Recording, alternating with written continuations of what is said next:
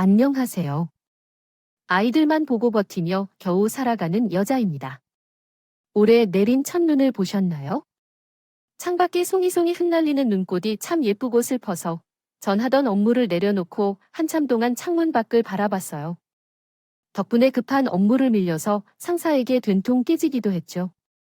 향미 씨, 회사에서 일하다 말고 낭만을 찾아. 아닌가 싶습니다. 아직도 작년 일로 정신없는 건 아니지만 말이 많네요. 아무튼 정신을 똑바로 차리고 일해. 제게 화를 내던 상사는 자신의 말이 지나쳤다는 걸 느꼈는지 급히 자리를 벗어나더라고요. 그렇게 제게 사과하면서도 제가 사과하는 대상이 정말 상사인지 아니면 이제 다시 만날 수 없을 여동생인지 스스로도 모르겠더라고요. 제가 첫눈을 보며 느낀 감정은 낭만이 아니라 여동생의 죽음에 대한 후회와 죄책감이었습니다. 상사가 이야기했던 작년의 일. 또한 여동생이 세상을 떠난 것과 관련된 사건이었죠. 그날 이후 아무리 시간이 흘러도 가슴을 무겁게 짓누르는 고통은 조금도 옅어지지 않더군요. 게다가 더 이상 여동생의 이야기를 할 것도 없어 저는 이곳에 사연을 보내게 되었습니다. 누구든 한 사람이라도 불쌍한 채 여동생의 이야기를 알아주셨으면 하는 간절함의 말이죠. 여동생은 저와 나이가 무려 8살 차이나 나는 저희 집의 늦둥이입니다. 12살의 나이로 태어난 지 얼마 안 된 동생을 보는데 눈, 코, 입도 심지어 손톱, 발톱도 너무 작아서 만져보기조차 조심스러웠고 형민의 동생 성은이 이제 내가 내 동생 잘 챙겨줘야 한다. 어서 손 한번 만져봐. 엄마의 말에 저는 용기 내어 동생의 손을 만져봤습니다. 그런데 그때 동생이 제 손가락을 꼭 붙잡더니 너무 신기해 아직까지도 그 작은 5손가락에 움직임이 내 머릿속엔 생생하게 남아있어요. 엄마, 저와 동생은 동생이 돌이 되기 전에 서울의 외할머니 집으로 올라와 함께 살게 되었습니다. 원래도 집안일에 별 관심이 없던 아버지란 인간이 결국 다른 여자와 살림을 차렸어요. 외할머니는 식당을 운영하셨고 엄마는 어느 정도 동생이 자한 뒤에 새벽까지 운영하는 대형 고깃집으로 일을 나가기 시작하셨어요. 그래서 전 학창 시절 내내 친구들과 제대로 놀지도 못하고 동생을 돌보러 집에 일찍 귀가해야 했죠. 외할머니가 돌아가신 제 나이 17 이후로는 특히 말입니다. 엄마는 할머니가 돌아가신 후 저녁에 퇴근하는 식당으로 일자리를 바꾸었지만 동생이 워낙 제 껌딱지였던지라 저는 여전히 집에 일찍 들어와야 했어요. 심지어 입시를 위해 엄마가 보내주신 학원 조교 먹지 않고 저만 찾던 통에 다니기가 수월치 않았죠? 응, 언니. 이제 성은이 싫어. 왜 맨날 집에 없어? 언니, 공부방해 안 하면 옆에 있어도 됐는데. 너 얌전히 있었는데 나랑 있어 나랑. 언니도 내 친구들처럼 내가 싫어진 거야? 내일은 학원 가지 마. 애정 결핍이 심했던 동생은 어린이집에서까지 따돌림을 당했던 모양이에요. 저는 자기 아버지 얼굴은 기억도 못하는 제 동생이 가여웠다 하는 엄마를 설득한 후 2달 만에 학원을 그만두었죠. 사실 학원을 다니고 싶긴 했지만 차마 여동생을 모른 척 할 순 없었거든요.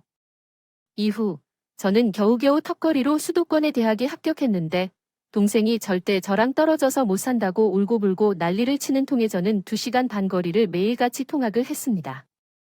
넌네 언니가 그렇게 좋니? 응, 엄마. 언니는 내 제일 친한 친구야. 언니도 그렇지? 그럼 언니도 성은이가 제일 친한 친구지? 성은아, 그래도 학교에선 친구들도 잘 사귈 줄 알아야 돼, 알았지? 동생 때문에 많은 걸 포기해야 했지만 전 그래도 괜찮았어요. 엄마가 가족을 위해 희생했던 저도 가족을 위해 최선을 다하고 싶었으니까요. 그렇게 평생 엄마의 든든한 딸이자 친구가 되어 오래도록 살고 싶었건만 엄마의 몸은 젊은 시절에 고생을 버티지 못했던 모양입니다. 엄마, 나 이제 엄마 없으면 어떻게 살라고. 엄마는 제가 대학을 졸업한 뒤 사회초년생이 되었을 때 그만 병원으로 세상을 떠나고 말았어요.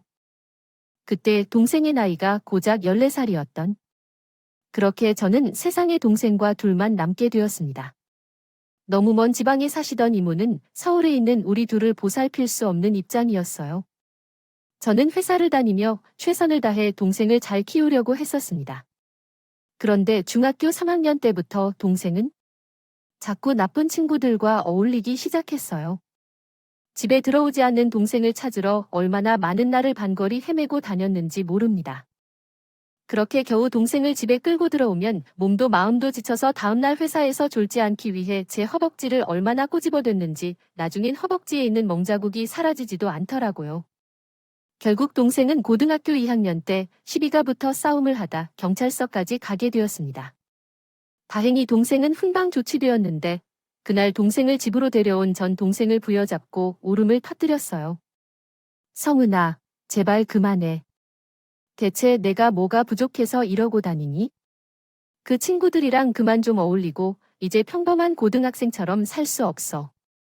내가 잘못되면 내가 나중에 엄마 얼굴 어떻게 봐? 걔들이 없으면 언니 지금 만나는 사람 있지? 고등학교 선생님이라는 그 사람. 언니, 그 사람이랑 결혼하면 난 어차피 혼자 남겨질 거잖아? 걔네도 다 나처럼 쓸쓸한 애들이야. 내 옆에 남아줄 애들은 바로 걔들이야.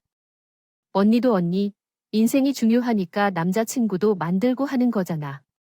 근데 난 내 인생 살면 안 돼? 언니 이기적이야. 아니야, 성은아. 어떻게 결혼을 한다고 해서 내가 내 가족이 아닌 게 되니? 내가 싫다고 하면 언니 결혼 안 할게. 너 없이 아무데도 안 갈게. 넌 연니한테 동생이고 자식이야. 세상 사람들이 다 널 떠나도 언니네 옆에 있을 거야. 그러니까 성은아, 언니 위해서 아니, 위해서라도 이제 내 인생 망치는 짓은 그만해줘. 이러다 언니 정말 죽겠어. 제발 언니 좀 살려주라. 동생은 당시 첫 남자친구와 조심스레 만남을 이어가고 있던 저를 보자 마음이 불안했던 모양이었어요. 다행히 진심 어린 제 애원이 동생의 마음을 움직였던 모양인지. 이후 동생은 조금씩 어울리던 무리와 거리를 두기 시작했어요. 비록 다시 공부를 시작하긴 늦었지만 동생은 미용학원에 다니며 기술을 배우고 싶다더군요. 그렇게 성인이 된 동생은 미용실에 취업을 했죠. 10대 때는 그렇게 집에 들어오라고 해도 안 들어오더니 성인이 되고 나서는 집순이가 되셨습니다. 동생님, 우리 언니랑 떨어질 만큼 떨어져서 지냈으니까 이제라도 언니 옆에 콕 붙어 있어야지. 그런 의미에서 오늘 저녁에는 치매 코 한 번 크게 엇나갔던 동생은 어느새 다시 언니 껌딱지가 되어 있었습니다. 동생이 마음을 잡은 것은 다행이지만 또 다른 큰 고민거리가 제게 다가오고 있었어요. 그건 바로 여전히 만나고 있던 고등학교 교사인 남자친구였죠. 남자친구는 저와 결혼을 하고 싶어 했는데 남자친구의 나이가 저보다 5살이나 많았던지라 저 또한 그 문제를 더 이상 외면할 수 없겠더군요. 결국 저는 남자친구에게 이별을 고했습니다. 미안해요. 근데 나 차마 제 동생을 두고 저만 잘 살자고 결혼하지 못하겠어요. 난 그런 문제로 당신이랑 헤어지기 싫어. 그럼 이렇게 하자. 당신, 동생이랑 우리 셋이서 같이 살면 되잖아. 당신, 동생, 나도 친동생이라고 생각하고 최선을 다해서 잘해줄게. 말이 쉽지. 어떻게 서로 생판 모르고 살던 두 사람을 한순간에 가족으로 만들 수 있겠어요?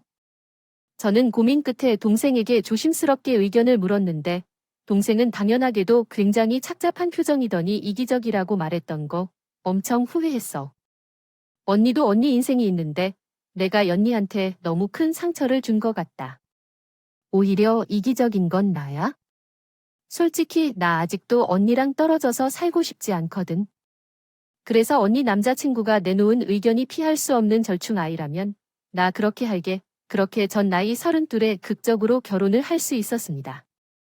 부모님과 두 손 아이씨는 정말 좋은 분들이셨어요.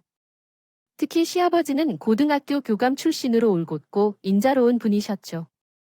처음 인사를 드리러 간 날, 저는 너무 많이 기우는 제 사정 때문에 기가 죽어 있었는데 시아버지는 제게 이렇게 말하며 웃어 보이셨어요. 어린 동생을 책임지고 살았다지요. 참 대견하구나.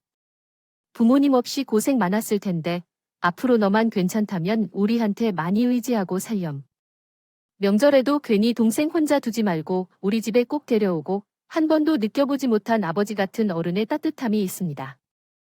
그런 시아버지 아래에서 자란 남편 또한 굉장히 착한 사람이었기에 저는 조금 더 마음을 놓고 여동생과 학가를 결정할 수 있었던 거죠. 저 외의 사람에겐 경계심이 많던 동생도 몇 달 지나지 않아 제 남편과 스스럼 없이 어울리더군요. 그렇게 우린 조금씩 행복한 가족이 되었습니다. 되어 갔어요. 그런데 언제부턴가 동생은 자꾸만 제게 부럽다는 말을 달고 살았습니다. 함께 명절에 저희 시댁에 갈 때도 제 딸 아들과 놀아줄 때도 동생은 종종 아련한 눈빛으로 제 인생을 동경하는 듯한 말을 내뱉곤 했죠. 언니는 참 시댁복도 많아. 어떤 시댁에서 며느리 늦둥이 동생까지 이렇게 살갑게 대해주겠어? 어떤 식으로 새언니 동생을 불청객 취급 안 하고 친동생 대하듯 잘해주냐고 시댁 식구들이 내 가족이기만 해네. 가족이기도 하잖아. 너, 우리 시댁 가면 어머님 아버님 정말 친부모님이라고 좋아하고 다르잖아. 우리 시누이들 다 너한테 잘해주니까 북적거리는 가족이 생긴 것 같다며. 다들 널 아껴주는데 왜 날 부러워해? 그래 봐봤자 어차피 다들 내가 언니 동생이어서 잘해주는 거잖아. 언니 없으면 난 그 집에서 아무 상관없는 사람인걸. 언니 시내랑 나중에 자는 것 좀 봐 진짜 천사 같다. 게다가 애들이 벌써부터 엄청 똘똘하고 얌전한 게 내 조카들이 이제만 정말 예뻐 죽겠어. 너희 형부 닮아서 그럴걸? 어머님이 그러시는데 너희 형부 어릴 때 딱 우리 애들 같았대요. 그래, 언니 참 형부를 잘 만난 것 같아. 나도 형부 처제 이렇게 행복해질 수 있을까? 시내랑 나준이처럼 착하고 예쁜 애들도 낳고 당연하지. 넌 내 형보다 딱 2배로 좋은 사람 만날 거야. 저는 저를 부러워하는 동생이 꼭 저보다 더 좋은 신랑감을 만나길 간절히 바랬습니다. 하지만 동생은 남자를 만나기는커녕 언제부턴가 아예 일하는 시간 외엔 거의 집에만 붙어서 가족들하고 시간을 보내더라고요. 그런데 제가 결혼한 지 6년이 지났을 때 6살이던 제 딸이 제게 이상한 말을 하더군요. 엄마, 요즘 자꾸 아빠랑 이모랑 몰래 둘이서만 논다. 둘이서만 놀다니, 그게 무슨 소리야? 저번에 엄마 회사에서 늦게 들어, 날 있잖아. 그때 아빠가 모방에서 한참 동안이나 안 나왔다. 우리도 같이 놀자고 했는데 방문까지 잠그고 둘이서만 놀았어. 그리고 저번에 내가 화장실 가려고 밤에 거실로 나왔었는데 아빠랑 이모랑 꼭 붙어서 거실에서 둘이 TV 보고 있던데. 솔직히 다른 사람들끼리 그랬다고 하면 저는 망설임 없이 바람이라고 의심했을 겁니다. 하지만 전 그 한 남편과 저밖에 모르는 제 동생이 설마 저를 배신했을 거라곤 믿어지지 않았어요. 그래서 전 저녁 식사 시간에 최대한 아무렇지도 않게 딸에게 들은 이야기를 꺼냈죠. 둘이 저번에 방문까지 잠그고 성은이 방에 한참이나 있었다면서 애들이 놀아달라고 해도 안 놀아주고 새벽에는 둘이 꼭 붙어서 TV를 보고 있었다는데. 뭐야, 둘이 나 모르게 뭐 하는 거 있어? 나 빼고 너무 친하게 지내면 나 완전 서운해. 아, 애들이 말했구나. 이거 참, 아무튼 애들 있는 집에서 뭘 몰래 하든지요. 하지 못한다니까. 사실 처제가 늦게라도 대학을 가보고 싶다면서 나한테 공부 좀 도와달라고 하더라. 근데 당신한테만 나중에 서프라이즈로 놀라게 해주고 싶다면서 비밀로 해달라고 하지. 뭐야? 그래서 당신이 없을 때만 몰래몰래 처제 공부 좀 봐줬지. 애들이 하도 방해하니까 잠깐 문을 잠그고 있었던 거고. 그리고 그 TV 잠이 안 오서 거실에 나와 보니까 처제가 마침 영화를 보고 있더라고. 그래서 옆에서 같이 보고 있는데 피곤했는지 처제가 내 어깨에 기대서 잠이 들었더라. 그걸 깨우기도 좀 모해했지. 처제 깰 때까지 좀 기다려줬지. 안 그래, 처제? 형부 말이 맞아. 언니, 아무튼 당신이 서운하다 그 앞으로 우리 덜 친하게 지내겠다는 얘 남편과 동생의 태도에 저는 입니다. 그렇지 싶어서 웃어 보였어요. 그런데 그날 이후 대학에 가고 싶다던 동생은 통 공부하는 모습을 보이지 않더라고요. 그래서 동생에게 물어보니 동생은 이렇게 말하며 어깨를 으쓱거리다. 그요. 아 막상 해보니까 역시 난 공부는 못하겠더라. 그래서 금방 그만뒀어. 그렇게 1년이 흐른 어느 날 우리 남편의 주도하에 서울 근교 바다로 가족 여행을 가게 되었습니다. 아, 바다 냄새. 근데 당신이 웬일이야? 요새 계속 피곤하다면서 애들이랑 좀 놀러 가자고 해도 집에만 붙어 있더니. 그래서 요즘 계속 나만 애들 데리고 돌아다녔네. 성은이 얘도 힘들다면서 홍집 밖으로 나올 생각도 않고 그냥 피곤해도 한 번씩 가족끼. 이렇게 바람은 쐬러 나와야지. 오랜만에 가족 여행은 굉장히 즐거웠습니다. 첫날 여행 일정을 마친 우린 펜션으로 돌아와 고기도 실컷 구워 먹었죠. 아, 애들도 일찍 잠들었겠다. 술도 얼큰하게 취했었다. 잠이 너무 쏟아지네. 당신, 오늘 많이 마시긴 했더라. 먼저 들어가서 자, 뒷정리는 나랑 처제 갈게. 그래, 언니. 어제 늦게까지 야근하고 아침 일찍 출발하느라 고생 많았어. 얼른 들어가서 쉬어. 남편과 동생의 권유에 저는 방으로 들어가 먼저 잠을 청했습니다. 하지만 잠들기 전 물을 너무 많이 마셔서인지 화장실이 가고 싶어 저는 중간에 잠에서 깨고 말았죠. 그런데 화장실을 다녀오며 보니 펜션 어느 곳에도 남편과 동생의 모습이 보이지 않더라고요. 순간 저는 불현듯 1년 전 딸이 제기한 이상한 이야기가 떠올랐습니다. 분명 그땐 별일 아닌 듯 넘어갔던 일인데 촉이라는 게 뭔지 갑자기 불길한 느낌이 스멀스멀 피어올랐죠. 저는 조용히 펜션 문을 열고 나와 남편과 동생을 찾기 시작했어요. 최대한 발소리를 죽인 채 근처를 둘러보고 있는데 좁은 곳에서 남편과 동생의 뒷모습이 보이더라고요. 그 모습을 본 순간 저는 엄청난 충격에 휩싸이고 말았습니다. 저기 별 좀 봐. 너무 예쁘지? 저제 왜냐하면 남편은 마치 연인처럼 제 동생을 뒤에서 다정히 끌어안고 있었거든요. 심장이 쿵쾅거렸습니다. 제발, 지금 이게 무슨 상황이든 재해이길 간절히 바라며 저는 계속해서 두 사람의 대화를 엿들었다. 봐요. 형부 이러다 연니한테 들키면 어쩌려고요? 안 들켜? 아까 못 봤어? 코까지 드르렁대면서 완전히 고아 떨어졌잖아. 내가 오늘 처제랑 둘이 시간 보내려고 일부러 애들 엄마한테 술을 얼마나 많이 먹였는데 내가 처제랑 바다 보러 오고 싶어서 애들의 엄마까지 다 끌고 오느라 얼마나 피곤했는지 알아. 그러니까 처제가 지금은 내두고 좀 알아줘야 돼. 형부가 말했습니다. 우리 이제 그만해요. 저 연니한테 들킬까 봐 매일이 너무 조마조마해요. 형부가 덧붙였고 형부랑 이럴 때마다 연니한테 정말 미안해. 죽겠다고. 더 늦기 전에 우리 관계 그만 이쯤에서 정리해요. 또 그런다 처제가 그렇게 말할 때마다 내가 얼마나 상처받는지 알아. 나한텐 처제뿐이야. 마음 같아선 애들이고 가족이고 다 팽개치고 처제랑 둘이 그냥 도망가고 싶어. 두 사람 지금 뭐 하는 짓이야? 제발 아니길 바랐건만 두 사람의 말은 누가 들어도 바람난 남녀의 대화도 그요. 그 더러운 대화를 더 이상 듣지 못하겠던 전 뒤에서 백하고 소리를 질렀습니다. 그러자 그 둘은 재빨리 서로에게서 떨어지더니 귀를 돌아보자 아자 저를 보고 사색이 되더라고요.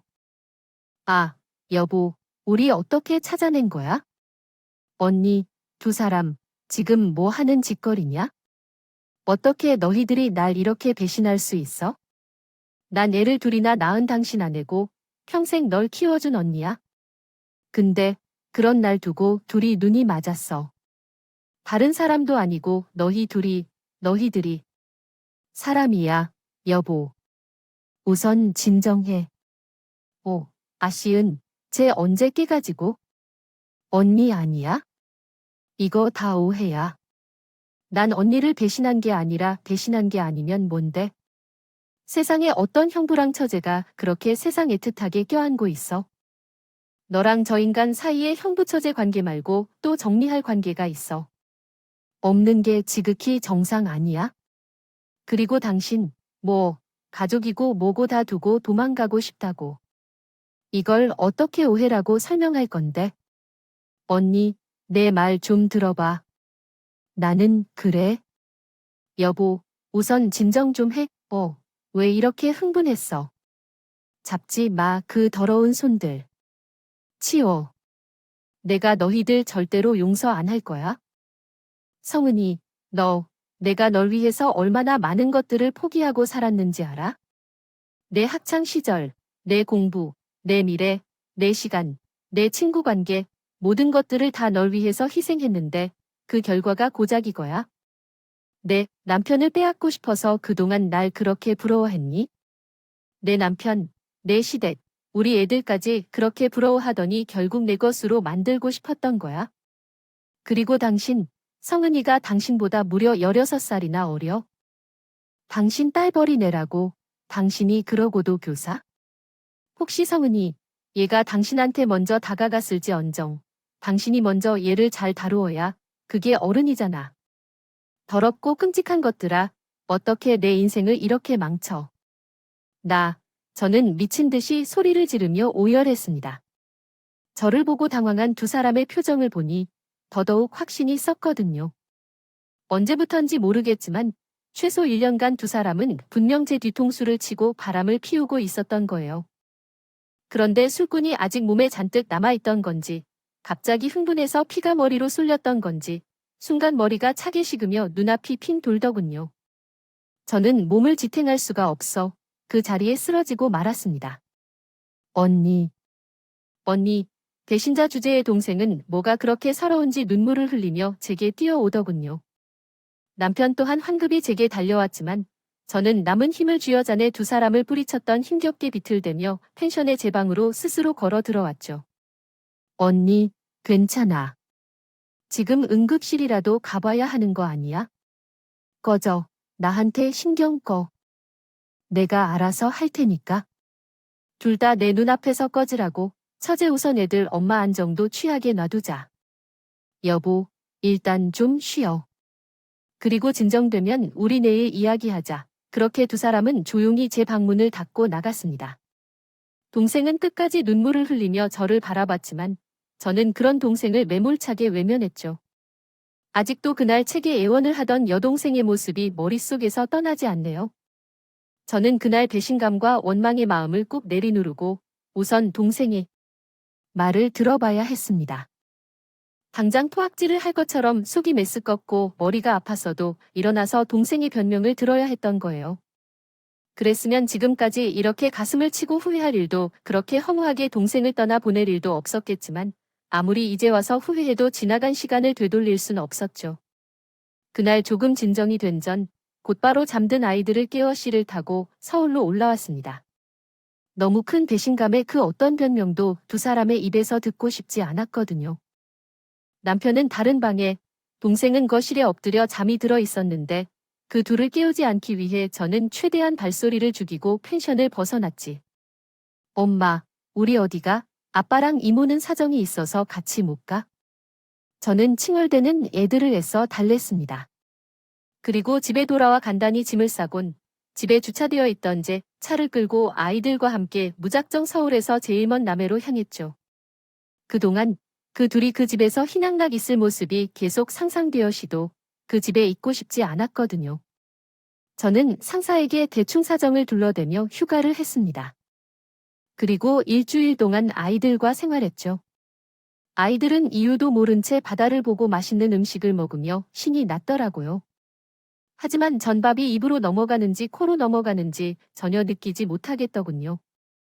그저 기계적으로 아이들을 먹이고 데리고 돌아다닐 뿐이었죠. 제 머릿속은 온통 끔찍한 생각들로 가득했죠. 그동안 왜 두 사람이 저랑 아이들만 내보내고 집에서 쉬겠다고 했는지, 왜 남편이 학교에서 회식을 하고 들어오는 날엔 제 동생과 집 앞에서 만나 함께 집에 들어왔는지 등등 모든 상황이 이제야 이해가 되었거든요. 제가 남해 머무는 동안 남편과 동생에게 선 너십 수백 통이 넘는 부재중 전화 문자가 걸려왔습니다. 여보, 애들까지 데리고 어딜 간 거야? 우선 집으로 와서 이야기해. 언니, 대체 어딨어? 경찰에 실종 신고라도 해야 해. 언니는 이건 실종이 아니라면서 신고를 안 받아줘. 언니, 내가 잘못했어. 그러니까 제발 어딘지도 말 좀 해줘. 하지만 저는 전화를 받지도 문자에 답장을 하지도 않았죠. 대체 이 상황을 어떻게 해야 하는지, 제 인생의 대부분을 차지했던 두 사람을 이렇게 제 인생에서 버려버리는 건지 아무것도 판단할 수 없었어요.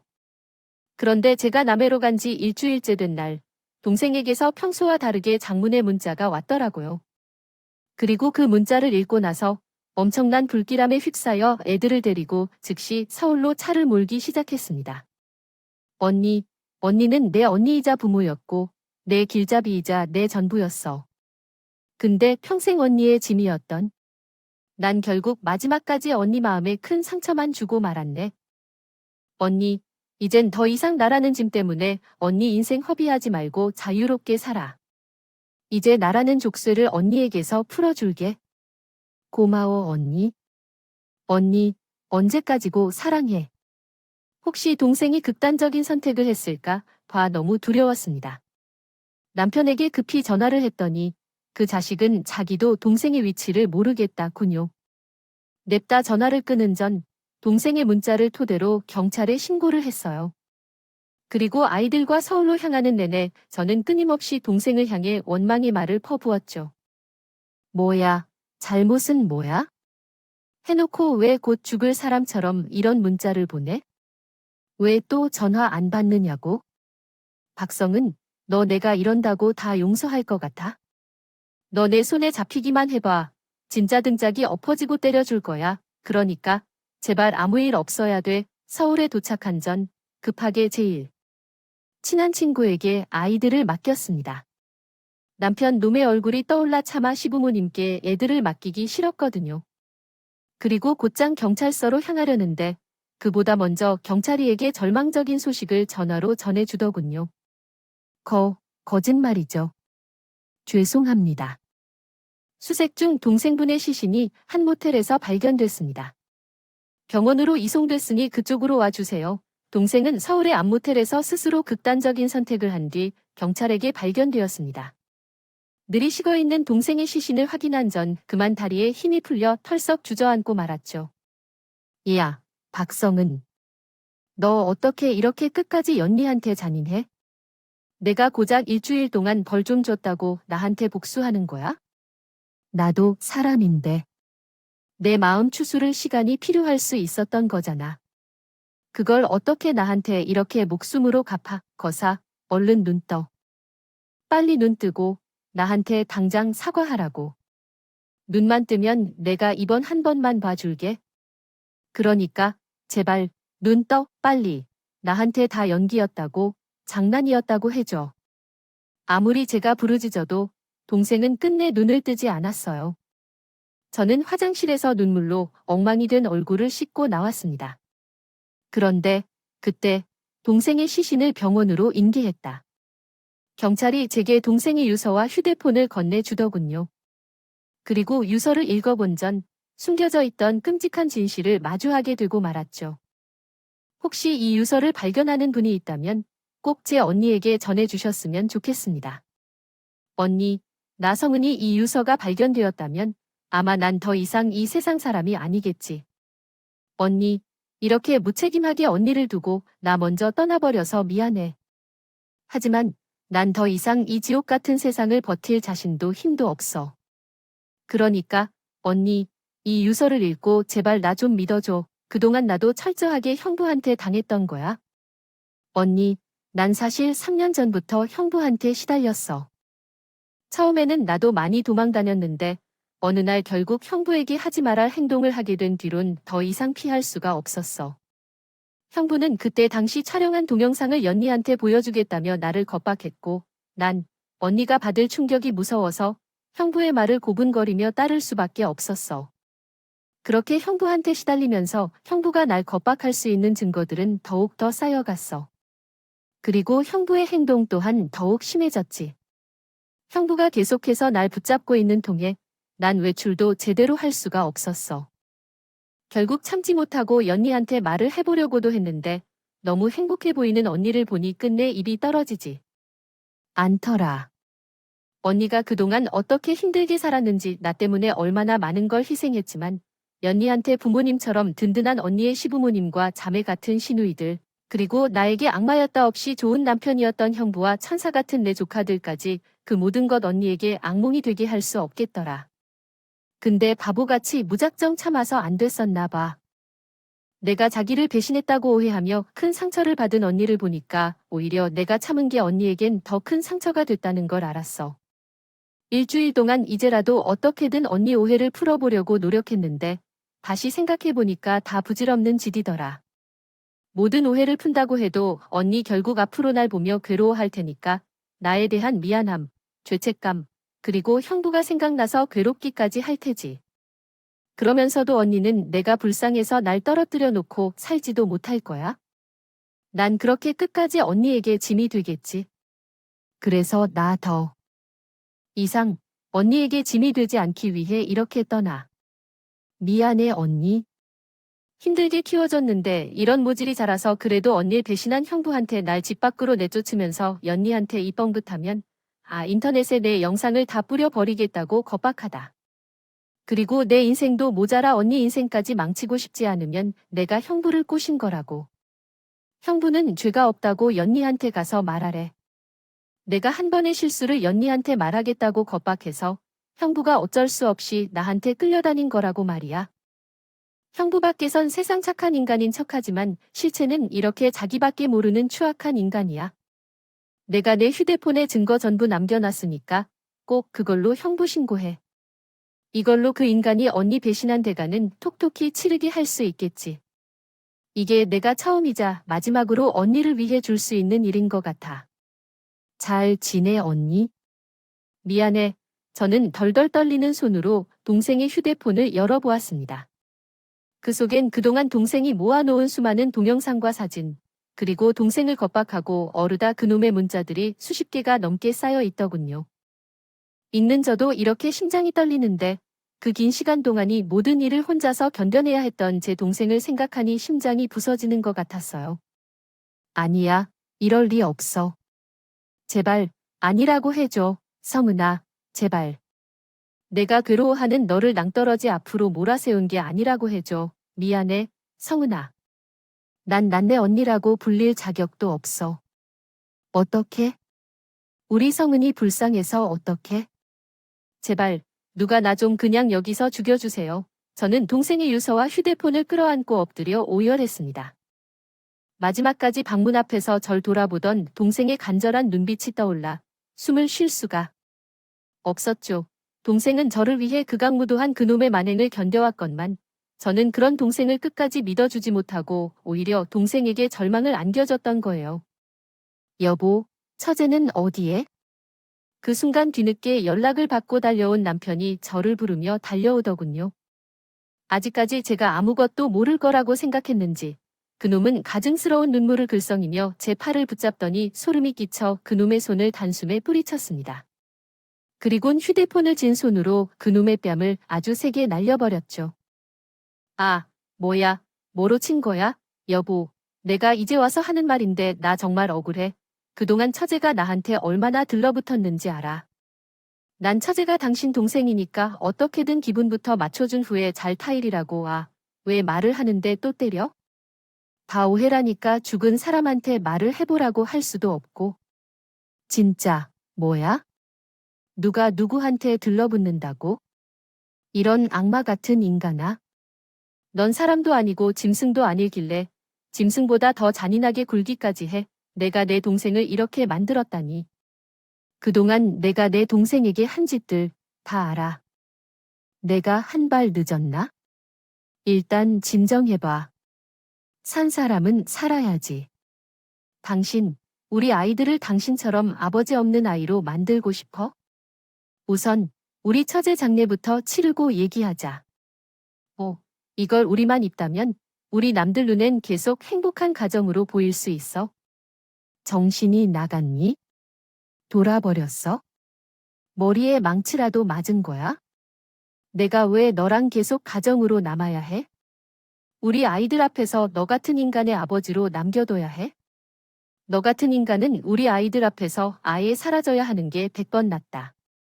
그냥 죽어. 죽어버려. 내 동생에게 사죄해야 할 악마 같은 놈아. 저는 그놈에게 미친 듯이 주먹을 휘둘렀습니다. 결국 옆에서 지켜보던 한 친구가 위로의 말을 건넸다. 경찰들이 저를 말렸고 저는 도망가는 그놈에게 끝까지 소리를 지키며 절규했어요. 내가 너 절대 가만 안 둘 테니 지구 끝까지라도 쫓아가서 복수할 거야. 저는 빈소를 차리기 전 동생이 유의와 휴대폰을 거둔 뒤 즉시 변호사를 선임해 그놈을 고소했습니다. 그놈이 혹시 멀리 도망갈까 봐 말이죠. 당연하게도 그놈은 동생의 장례식에 오지 못했고 소식을 듣고 시부모님과 두 시누리만이 동생의 빈소를 찾아왔더군요. 애미야, 괜찮니? 아휴, 우리가 입이 10개라도 할 말이 없구나. 정말 미안하다. 그래도 사돈을 마지막에 하는 길에 대신 용서를 구해야 할 것 같아서 왔다. 용서 네 구하세요. 제가 마음 같아선 다들 그냥 쫓아내 버리고 싶은데 우리 성은이가 당신들을 너무 좋아하니까 자신이 당신들의 진짜 가족이었을 거라고 간절히 바랐으니까 그냥 내버려 두는 거예요. 네, 알아요. 아가씨들도 어머님, 아버님도 아무 잘못 없다는 거요? 근데 저 그놈 가족들인 당신들이 너무 미워요. 내 유일한 가족이었던 내 동생을 그렇게 만든 그놈 가족인 당신들이 지금 미친 듯이 믿고 원망스럽다고. 그러니까 그냥 조용히 조문만 하고 가세요. 아셨어요? 사실 시댁 식구들이 그놈 가족인 걸 빼면 무슨 죄가 있었겠어요? 그 수많은 원망의 말들은 전부 제 자신에게 하는 말과 다름없었죠. 동생을 그렇게 만든 사람은 결국 저였으면 동생이 유골함을 납골당에 안치시키고 나오는데 눈꽃 한 송이가 떨어지더군요. 그렇게 시작된 눈발은 마치 동생이 제게 작별 인사를 하듯 제가 유족버스에 올라타는 그 잠시 동안만 내린 후 자취를 감추어라. 그게 그 해의 첫눈은 아니었던 걸로 기억해요. 애초에 전 겨울을 별로 좋아하지 않아서 눈 소식엔 별로 관심이 없지만 아마 그랬을 거예요.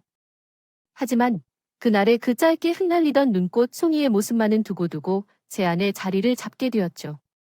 동생의 발인이 끝난 후 저는 즉시 남편의 학교로 향했습니다. 학교에 미리 전화해보니 뻔뻔하게도 그놈은 조사를 받으면서도 학교에 출근을 하고 있었다고 해요. 아마 처벌을 받기 전까진 최대한 아무 일도 없는 행세를 하고 싶었던 모양인데 어림도 없는 소리였어요. 저는 학교 1층의 게시판과 전층의 복도 곳곳에 준비해 간종이들을 붙이기 시작했어요. 교사 김동성의 실체를 고발합니다. 김동성 선생은 교육자 집안의 아들이란 타이틀을 달고 세상 착한 사람인 첫 거짓 가면을 쓴 위선자입니다. 김동성 선생은 함께 살던 살이나 어린 처제에게 차마 입에 담을 수 없는 악행을 지속적으로 저질렀다. 그리고 아내에게 들키자, 아자, 모든 죄를 처제 혼자만의 일로 돌려 씌우려고까지 한다. 천벌받을 만한 자신의 행동에 대해 죄책과 반성이 없는 김동성 선생. 이런 인체는 교육자로서 존재할 가치가 없다. 인간입니다. 현재 그 처제는 괴로움을 이기지 못하고 극단적 선택을 해 숨진 상태입니다. 김동성 선생은 그 일로 조사를 받고 있습니다. 이런 파렴치 인간이 과연 학생들을 가르칠 자격이 있다고 생각하시나요? 진정한 교육자들과 현명한 학생들에게 묻고 싶습니다. 명예훼손으로 고발을 당해도 좋고 학교 측에서 절 고소해도 상관없습니다. 저는 2번 다시 저놈이 세상을 향해 고개를 들고 다니게 하고 싶지 않았어요. 저는 당황한 교사들과 수위 아저씨 손에 끌려나가게 됐는데 마지막까지도 저는 굴하지 않고 남은 종이를 아예 구경하는 사람들을 향해 뿌려버렸죠. 그렇게 끌려 나오는데 수많은 학생들 뒤로 얼이 빠진 표의 남편이 보이더군요. 저는 그놈을 향해 분노로 불타는 눈빛을 보내며 마지막으로 가운데 손가락을 그놈에게 펼쳐 보였습니다. 다행히 저는 학교 측에서 그 어떤 걸로도 고소를 당하지 않았어요. 학생들에게까지 전부 알려진 그 일은 학부모들의 귀에 들어갔고 요즘 시대의 학부모들의 이익은 정말 엄청나더군요. 결국 그놈은 학부모들이 엄청난에 시달리다 결국 스스로 면직 신청을 해 교사자를 내려놓게 되었죠. 이후 그놈은 불법 촬영 협박과 더불어 친족에게 입에 담지 못할 짓을 저지른 일로 징역 8년을 선고받게 되었습니다. 솔직히 손빵 이 처벌이 내려지면 어쩌나 두려웠는데 친족에게 그런 행동을 가했을 땐 7년 이상의 유기징역을 선고할 수 있다고 하더군요. 솔직히 8년이 아니라 무기징역을 내려도 그놈이 저지른 일에 비하면 가벼운 형벌이라고 생각했지만 그놈에게 법적인 처벌을 받게 할 수 있었다는 것만으로도 저는 하는 수 없이 쓰린 마음을 달래야 했죠. 이후 그놈과 호적 정리를 한 저는 아이들을 데리고 그 집을 판 후 이사를 했습니다. 그 집엔 동생의 아픈 흔적이 있었습니다.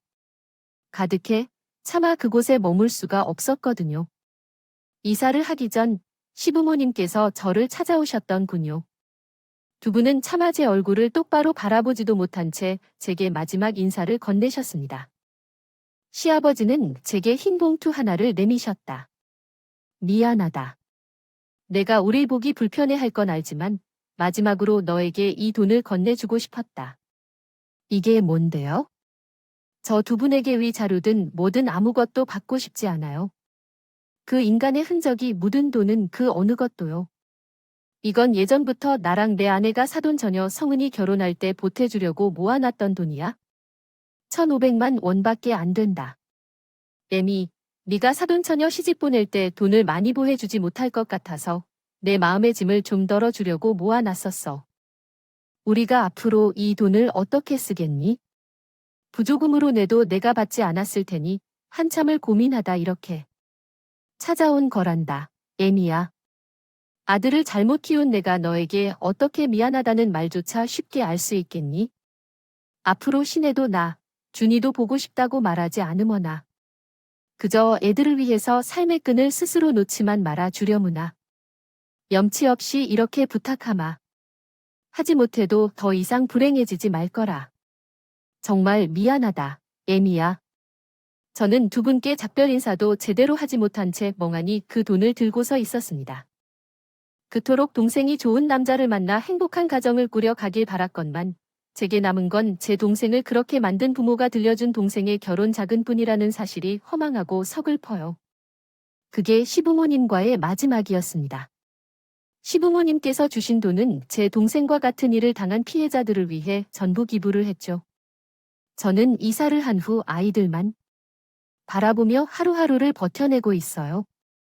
올해 초등학교에 들어간 딸의 숙제를 봐주다 보면 과거 제 옆에서 숙제를 하던 동생의 모습이 떠오르고 열이 많이 나던 아들이 어린이집에서 저를 찾는다는 이야기를 들을 때면 학원에 가지 말고 자기랑 있어 달랐던 동생의 어리광이 떠올라 제 심장이 쿵하고 떨어지고 하죠. 저는 이 사연을 제 죄에 대한 영원한 기록으로 남겨두고자 이곳에 보내게 되었습니다. 앞으로 살아가며 자식들 덕에 가끔 웃기도 하겠지만 전 대부분의 날들을 동생을 향한 죄책감과 그리움으로 괴로워하며 살아갈 테죠. 하지만 제 동생은 더 이상 저처럼 울지도 웃지도 못한 채 28의 어린 모습으로 사진 속에만 남아있게 되었죠.